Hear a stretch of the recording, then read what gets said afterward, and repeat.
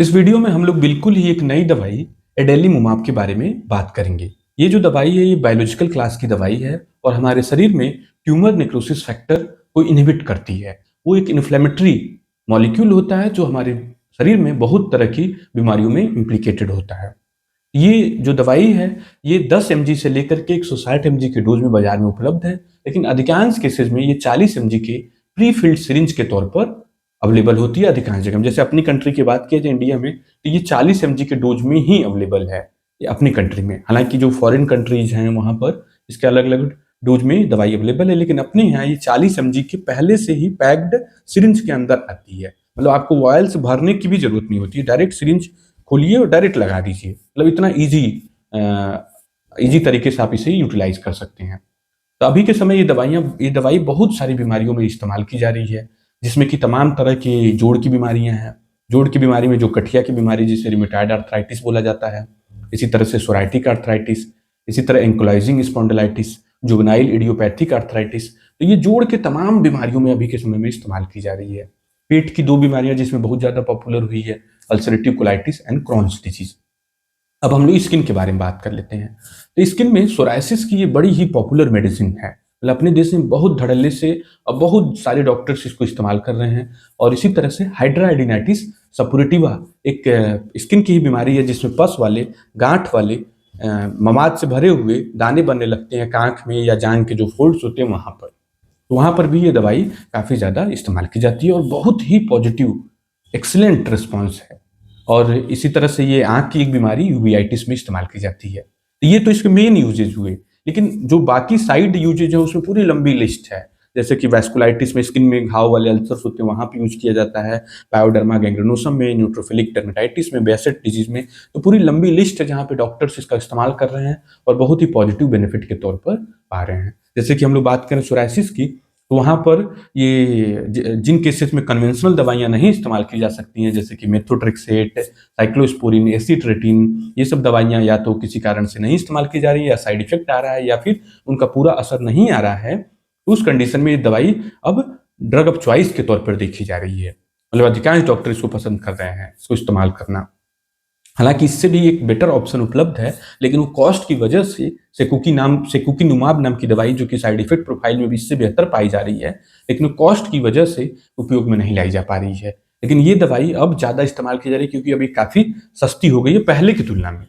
हालांकि अभी भी इसके महंगा रेट है, लेकिन पहले की तुलना में काफी ज्यादा सस्ती हो गई। तो सोरायसिस में इसको 80 mg के डोज में डॉक्टर देता है, फिर इसको थोड़े समय के बाद रिपीट कर लेता है। जैसे 2 हफ्ते के बाद रिपीट कर लिया जाता है, फिर 2-2 हफ्ते पे, फिर बाद में 1-1 महीना के डोज पर भी दिया जा सकता है। हाइड्राइडिनाइटिस सपुरेटिवा में थोड़ा सा हाइयर डोज रखा जाता है। जैसे जो पहला डोज दिया जाता है वो 160 mg का दिया जाता है, और उसके बाद के जो डोजेज होते हैं वो 80 mg 2 हफ्ते के गैप पे और फिर बाद में मंथली गैप पे दिया जाता है। लेकिन मल्टीपल डोजेज अधिकांश मरीजों में लगाया जाता है।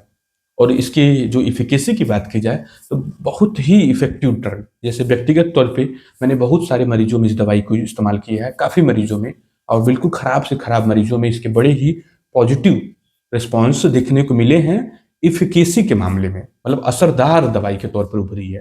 तो जैसे कुछ पुअर पेशेंट्स में बहुत कम डोज में इस्तेमाल किया गया, जैसे हम लोगों ने बहुत थोड़े डोज में दिया। जैसे सोरायसिस की हमने बात की कि 80 mg में, तो हमने कम डोज में ही दिया कॉस्ट की वजह से 40 mg पे, तो उस पे भी इसके बड़े ही पॉजिटिव बेनिफिट देखने को मिले।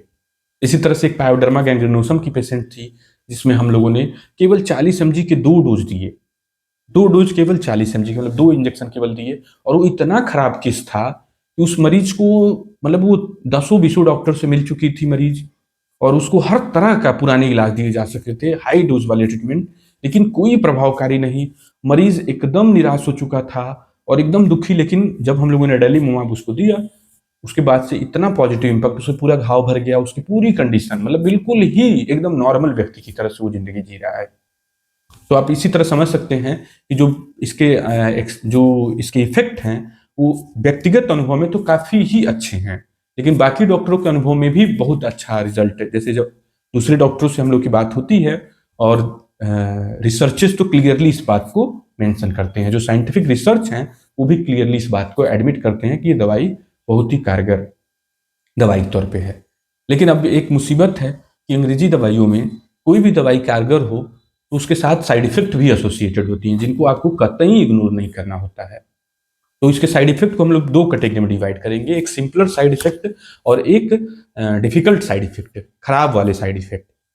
तो सिंपलर साइड इफेक्ट में जैसे कि जो सबसे कॉमन साइड इफेक्ट होता है वो होता है इंजेक्शन साइट रिएक्शन, मतलब जहां पे आपने इंजेक्शन लगाया वहां पे लालपन हो जाना, सूजन हो जाना, दर्द होना, दुखन होना, मरीज को थोड़ी पीड़ा होना। तो ये सबसे कॉमन साइड इफेक्ट है। लेकिन इंटरेस्टिंगली में भी कहा जा सकता है कि बाई लक हम लोगों ने जिन भी मरीजों में दिया उनमें ये साइड इफेक्ट भी नहीं देखने को मिला। इसके अलावा कुछ इन्फेक्शंस जो कि इस इंजेक्शन से रिपोर्टेड हैं, जैसे upper respiratory tract infection, sinus में इन्फेक्शन, फायरिंग्स में इन्फेक्शन मतलब गले में इन्फेक्शन हो जाना, यूरिन के रास्ते में इन्फेक्शन हो जाना जिसे यूरिनरी ट्रैक्ट इन्फेक्शन बोला जाता है, फ्लू लाइक सिम्टम्स जैसे सर्दी, खांसी, जुकाम, बुखार, थोड़ा मन अच्छा नहीं लगना जिसे मैलेस बोला जाता है, कमजोरी जैसा लगना, उल्टी जैसा लगना, थोड़ा सा डायरिया जैसा फील होना, अपच जैसा महसूस होना, सिर दर्द होना। तो ये सब साइड इफेक्ट काफी मरीजों में देखे गए हैं, लेकिन ये सिंपलर साइड इफेक्ट्स में काउंट किए जाते हैं। ऐसा इसलिए क्योंकि ये साइड इफेक्ट कंसर्निंग नहीं है, चिंताजनक नहीं है, मतलब कि ये मरीज को कहीं से भी डिफिकल्ट सिचुएशन में नहीं डालेंगे, ये खुद ही ठीक हो जाते हैं, या फिर कुछ हल्के फुल्के दवाइयों से, जैसे कि कहीं दर्द हो रहा है, शरीर में बुखार आ रहा है थोड़ा बहुत, तो उसको पैरासीटामोल आपने दे दिया, एक दो दिन में मामला सॉर्ट आउट हो गया। तो ये सिंपलर साइड इफेक्ट थे। लेकिन कुछ जो सिग्निफिकेंट साइड इफेक्ट थे जिसके बारे में हम लोग बात करेंगे, उसमें सबसे पहला आता है एनाफाइलेक्सिस, मतलब कि इंजेक्शन की वजह से रिएक्शन हो जाना, बॉडी इंजेक्शन को तत्काल रिजेक्ट कर दी, ऐसे समझें आप। मतलब उसमें लाल लाल रैसेज आ जाना बॉडी में अचानक, जैसे आपने इंजेक्शन लगाया कुछ घंटों में ही लाल लाल रैसेज आ गए, खुजली वाले रैसेज आ गए, चेहरा सूजने लगा, होंठ सूजने लगा, आंख सूज गया, कभी कभी जीभ सूज गया, कभी कभी गला सूज गया। तो उससे क्या हुआ, सांस लेने में मरीज को दिक्कत होने लगी। तो ये सब दिक्कत भी रेयर साइड इफेक्ट है, ये मतलब अत्यंत ही दुर्लभ साइड इफेक्ट्स में गिनती की जाती है, और इसको प्रॉपरली नहीं मैनेज किया तो रिपोर्ट्स हैं कि एनाफाइलेक्सिस की वजह से मरीज की डेथ हो चुकी है।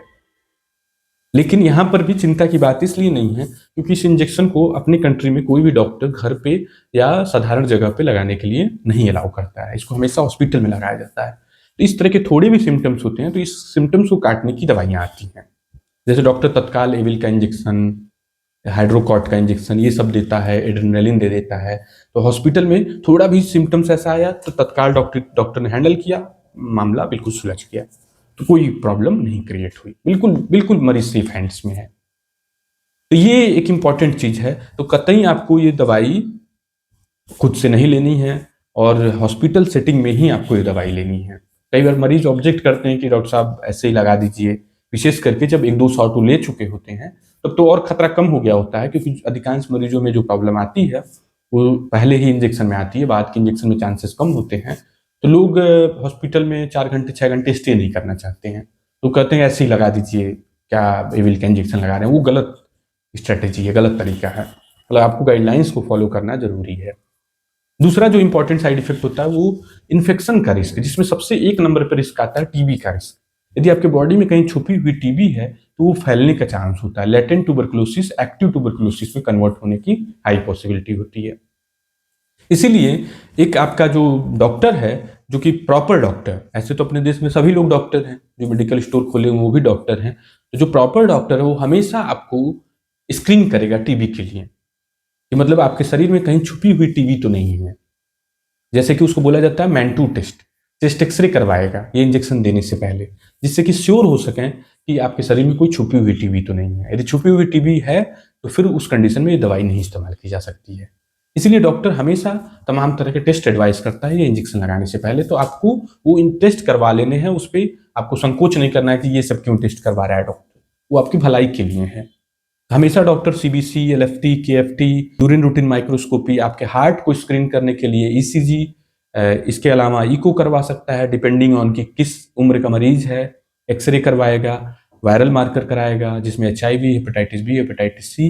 तो तमाम तरह के टेस्ट करने के बाद जब एकदम श्योर हो जाता है कि आपकी बॉडी रेडी है इंजेक्शन लेने के लिए, तब वो आपको इंजेक्शन दे देता है।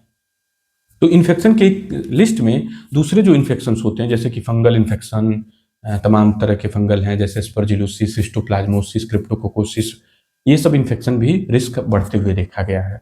इसी तरह से वायरस की हमने बात की थी, तो उन वायरल इन्फेक्शन के भी एक्टिवेट होने के ज़्यादा चांसेस होते हैं, जैसे हेपेटाइटिस बी, हेपेटाइटिस सी। तो जब एक बार स्क्रीनिंग हो जाती है तो रिस्क कम हो जाता है, और इस तरह के कोई भी सिम्टम्स हो तो आपको तत्काल डॉक्टर से मिलना होता है। शुरुआती फेजेज में इन इन्फेक्शन को आसानी से हैंडल किया जा सकता है, बिना किसी मुसीबत के, यदि बाई चांस आप ट्रबल में पड़े तो भी। इसलिए इसमें इस इंजेक्शन के प्रति सतर्क रहना है, आपको डॉक्टर के सारे एडवाइसेस को फॉलो करना है। कुछ रिसर्च में कुछ शुरुआती संकेत हैं, हालांकि ये इंजेक्शन अब लाखों मरीजों में लग चुका है, लेकिन कुछ रिपोर्ट्स निकल के आए हैं कि एक आध 2-3 मरीजों में कुछ कैंसर का रिस्क बढ़ा है, लेकिन अभी वो शुरुआती है। तो इस चीज़ को लेकर के फियर नहीं रखना है, क्योंकि अभी लाखों मरीजों में इस्तेमाल हो चुका और सब तरफ से पॉजिटिव ही चीज़ निकल के आई है इस एस्पेक्ट में, तो आपको डरना नहीं है। नेक्स्ट पार्ट आती है कि इसके कॉस्ट की। तो अभी के समय ये इंजेक्शन 6,000 रुपये में आसानी से उपलब्ध है, कई सारी कंपनियां बनाने लगी हैं, कुछ साल पहले बड़ी कॉस्टली होती थी, तो इसी वजह से ये इंजेक्शन काफ़ी ज़्यादा प्रीफर किया जा रहा है। जो दूसरी इसी की काउंटर पार्ट एक तरह से कह सकते हैं, इसी से मिलती जुलती बायोलॉजिकल ग्रुप की दवाई है सेकुकिनुमाब, वो अभी भी काफ़ी कॉस्टली है, और उसमें जो टीबी वाले इन्फेक्शन का साइड इफेक्ट है वो कम देखा जा रहा है। जो लेटेंट ट्यूबरकुलोसिस का एक्टिव ट्यूबरकुलोसिस में कन्वर्ट होने का साइड इफेक्ट है वो कम है, लेकिन उसका कॉस्ट भी ज़्यादा है। वो अभी के समय एक इंजेक्शन 12,000, तो सीधे डबल कॉस्ट। तो इस वजह से ये एडेलीमुमाब ज़्यादा प्रीफर किया जा रहा है अपनी कंट्री में। तो कॉस्ट के मामले में तो अभी भी ट्रबल है, 6,000 तो एक मुश्किल है, लेकिन जहाँ पे लाइफ सेव करनी है, जहाँ पे एकदम ही आपकी ज़िंदगी खराब कर रखी है बीमारी ने, जैसे कि एक पायोडर्मा गैंग्रेनोसम पेशेंट था जिसमें उसका चलना फिरना मुश्किल हो गया था, तो वहाँ पर ये दवाई जो है उसके नॉर्मल लाइफ को, फिर से वो जॉब पे जा सका, फिर से वो काम करने लगा, फिर से पैसे अर्न करने लगा। तो वो जो कॉस्ट खर्च हुआ तो वो अपने दूसरे तरीके से उसे कंपनसेट कर लिया। इस वजह से ये दवाई एक बहुत ही अच्छी मेडिसिन के तौर पर है, बड़ा ही पॉजिटिव। लेकिन फिर से सेम थिंग आता है, जैसे सोराइसिस के बारे में हम लोग यदि बात करें तो ऑटो इम्यून बीमारी है, तो उसमें ये दवाई जब तक इसका असर रहता है तब तक बीमारी ठीक होने के चांसेस होते हैं। फिर जब दवाई का असर जाती है, इस सोराइसिस फिर से वापस आने का रिस्क रहता है। तो मरीज के लिए ये वाला पार्ट अभी भी फ्रस्ट्रेटिंग है, जो कि कुछ मरीज एक्सेप्ट नहीं कर पाते हैं, जो कुछ मरीज ट्रबलिंग पाते हैं इस चीज़ को। तो आपको पॉजिटिव एस्पेक्ट में देखना है कि अब डॉक्टर्स के पास बायोलॉजिकल ग्रुप्स की दवाइयाँ उपलब्ध होती जा रही हैं, और अच्छे से अच्छा बेहतर आपको ज़िंदगी डॉक्टर दे पा रहा है इन दवाइयों की मदद से। तो इसके पॉजिटिव पहलुओं को भी ज़्यादा ध्यान देना है, रादर दैन केवल कुछ मरीज जैसे एकदम कंप्लेनिंग मूड में रहते हैं कि पता नहीं क्या बीमारी लग गई है, कि जब तक दवाई करते हैं तब तक ठीक रहता है। उसको ऐसे भी सोच सकते हैं कि कम से कम ठीक तो हैं आप दवाइयों के बाद। जैसे अभी तो बहुत सारी बीमारियां हैं जिसमें मरीज दवाई पर ही ठीक है, मतलब दवाई बिल्कुल मुक्ति नहीं मिल रही है, और कुछ बीमारियां तो ऐसी हैं कि जिनमें दवाई है ही नहीं। तो इन दोनों ग्रुप के मरीजों से तो आप बेहतर हैं, तो उसको आप स्वीकार कर सकते हैं कि एटलीस्ट आपको नॉर्मल जिंदगी, बिल्कुल नॉर्मल लोगों की तरह जिंदगी मिल जा रही दवाई के बाद। इस चीज को आपको स्वीकार करना पड़ेगा, और निश्चय ही भविष्य में जैसे जैसे विज्ञान आगे बढ़ रहा है तो शायद ऐसी भी दवाई आ जाए जो हमेशा के लिए खत्म कर दे। तो आपको अपनी बीमारी के प्रति नकारात्मक व्यू नहीं रखना है, और आपको इलाज सीख करना है, एक्टिवली इलाज लेना है। सोरायसिस जैसी बीमारी हो गई, जो गठिया वाली बीमारी हो गई, रूमेटॉइड आर्थराइटिस या पायोडर्मा गैंग्रेनोसम, बड़ी ही खराब बीमारी, घाव इतनी भयानक बनता है कि दर्द पीड़ा भी बहुत ज़्यादा होता है। तो आपको इस चीज़ से फ्रस्ट्रेट नहीं होना है कि इसका इलाज नहीं तो मैं क्या ही जाऊँ इलाज कराने। इलाज जो दवाइयाँ जो बात हम लोग कर रहे हैं, वो दवाइयाँ आपको नॉर्मल जीवन, बिल्कुल नॉर्मल व्यक्ति की तरह से स्थिति में ला देंगी। तो आपको डरना नहीं है, और आपको अपने डॉक्टर से मिल करके पॉजिटिव वे में इसका ट्रीटमेंट लेना है। Thank you.